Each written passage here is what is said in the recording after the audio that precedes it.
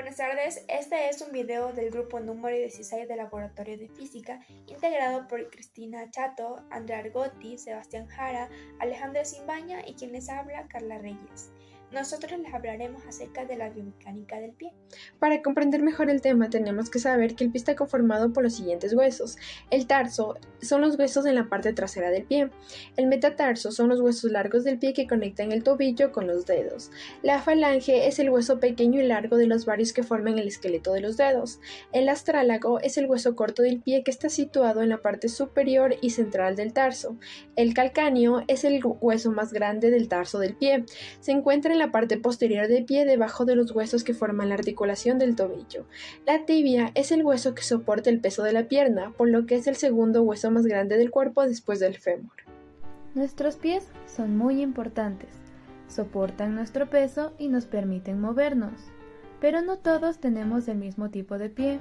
Podemos tener pie griego, pie egipcio, pie estándar o pie con igualdad. El 25% de las personas tiene el segundo dedo más largo que los demás. El 50% de las personas tiene el primer dedo más largo que los demás. Y el otro 25% tienen el dedo, el primero y el segundo, del mismo tamaño. Entonces tienen igualdad. Pero también es muy importante saber qué tipo de pie tenemos dependiendo de nuestras pisadas, porque si no podríamos tener una patología y no lo sabemos. Para saber nuestro tipo de pisada, analizamos nuestra suela del zapato, principalmente las que usamos para hacer deporte. Cuando el pie es pronador, el tobillo va hacia afuera, haciendo que para compensar pisemos con la parte más interna del pie, y esa es la parte que más se va a desgastar del zapato. El problema con este es que hace que las rodillas roten hacia adentro, haciendo que la pelvis vaya hacia adelante y que la espalda también salga afectada. Cuando el pie es neutro, el tobillo y el pie están en forma vertical, haciendo que su peso esté mejor distribuido, y por eso es que ellos tienen menos probabilidades de tener lesiones. En la suela del zapato podemos identificarlo cuando se desgasta la parte superior central. Cuando el pie es apinador, todo el peso va al dedo pequeño, asentando la parte externa del pie. Esta parte será la más desgastada del zapato, pues el tobillo es inclinado hacia afuera, y las personas que tienen este tipo de pie tienen más riesgos de tener esguinces y fracturas. La bóveda plantar es la zona de los pies que se observa con forma curva y que puede variar de persona en persona dependiendo de la morfología de cada quien. De esta bóveda también se sabe que es un conjunto de estructuras óseas, ligamentosas y musculares que se unen para formar la curvatura fisiológica. De pie normal a cabo, su curvatura es más prolongada, por lo contrario, en el pie plano su curvatura es menos prolongada. El pie plano es un padecimiento en el cual una persona presenta una variación en la forma de su pie debido a que no posee un arco normal, ya que al pararse los arcos internos del pie ejercen presión, se aplanan haciendo que toda la planta toque la superficie. Esta afección la sufren niños y bebés, en vista que en la mayoría de casos el arco se desarrolla durante la infancia. En otras palabras, a su edad no se ha desarrollado e incluso no llega a hacerlo. Además, una de las causas para que se padezca de pie plano es el desgaste natural del tendón que sostiene al arco cuando estamos envejeciendo. También, en consecuencia de la contracción abrupta de los arcos cuando se presenta alguna lesión del tobillo o del pie. Asimismo, por enfermedades como la artritis, diabetes e incluso enfermedades hereditarias que causen tendones flojos. Conjuntamente existen personas que presentan dolor, especialmente los niños, en la parte del tobillo y en el arco del pie. En esos casos se utilizan analgésicos y dispositivos ortopédicos. Asimismo están los adultos y adultos mayores, en los cuales por la constante actividad se genera hinchazón en la parte interna del tobillo. Y en caso de ser más grave la situación, se necesita de cirugía. Por otra parte, si no se presenta algún síntoma, no se requiere de ningún tratamiento especial. El pie cabo es aquel donde el arco plantar es más acusado de lo normal. Este tipo de pie se caracteriza porque su zona de apoyo es en el talón y el metatarso, debajo de los dedos, y estos no realizan el apoyo que deberían por la parte media y externa del pie. Los trastornos neurológicos estáticos causantes del pie cabo son la aplopegia, el polio, la parálisis cerebral, la lesión espinal y la lesión del nervio peroneo. Las consecuencias del pie cabo son el dolor en la planta, el dorso y los dedos del pie. También puede existir calambres y sensibilidad en ambos pies. Un pie cabo suele generar mucha tensión sobre la región o fascia plantar, que es donde se sobrecarga y se produce el dolor. También, la molestia puede surgir en el dorso y en los dedos, gracias a la prominencia y el ajuste de los zapatos. El índice de Hernandez-Corbo permite determinar el tipo de pie mediante un protocolo establecido.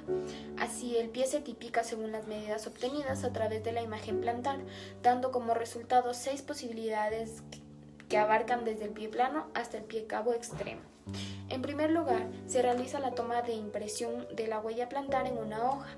Posteriormente, esta impresión se captura en una imagen mediante una cámara web, se procesa y mediante una interfaz gráfica se entregan los resultados de los parámetros morfológicos de la huella plantar.